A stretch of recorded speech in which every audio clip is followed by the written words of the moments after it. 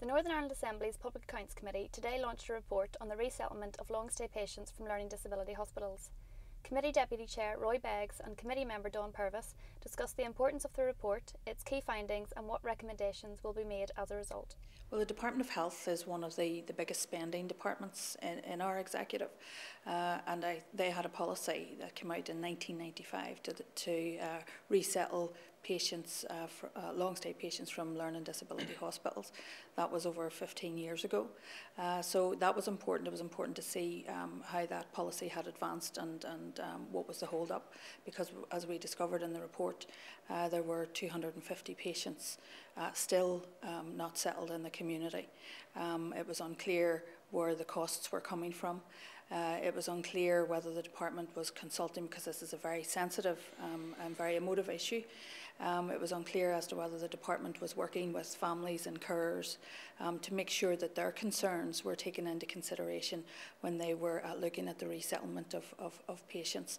So it was a very important report for the Public Accounts Committee to examine. Well, if the target wants now to achieve its most recent objective of enabling those people with learning disabilities to move out of long-stay placement in hospitals, they're going to have a detailed plan to achieve their 2013 target. It's been estimated that it'll cost £30 million to the Department of Health, a further £4 million to the Department of Social Development, and with an additional £9 million running costs. Now, if that's the case, surely that has to be built into their expenditure programme.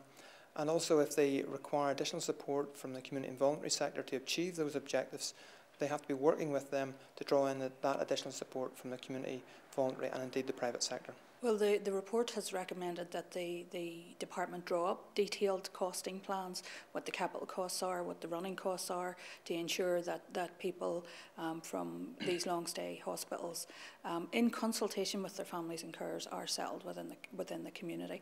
But we've also recommended that the department look at flexible respite care for patients and their families, because that was an issue that did come up during our evidence session.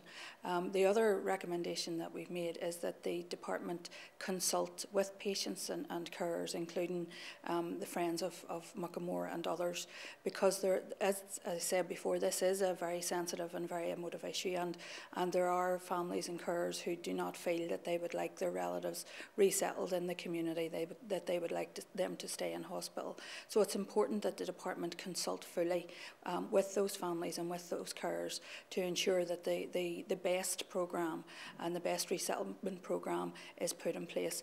And importantly, there are patients in long-stay hospitals who have been assessed as fit to be resettled within the community, and the department need to do that as quickly as possible. We were also shown some excellent facilities such as Orchard House, sheltered housing, where it appears to have worked very successfully. But in addition, we were advised that a considerable number of patients have moved to residential homes or nursing homes, and it is important that if patients are being transferred to such locations, that the departments can clearly demonstrate that their quality of life has improved and that they are engaged with the rest of the community and not simply moving from one institutional setting to another.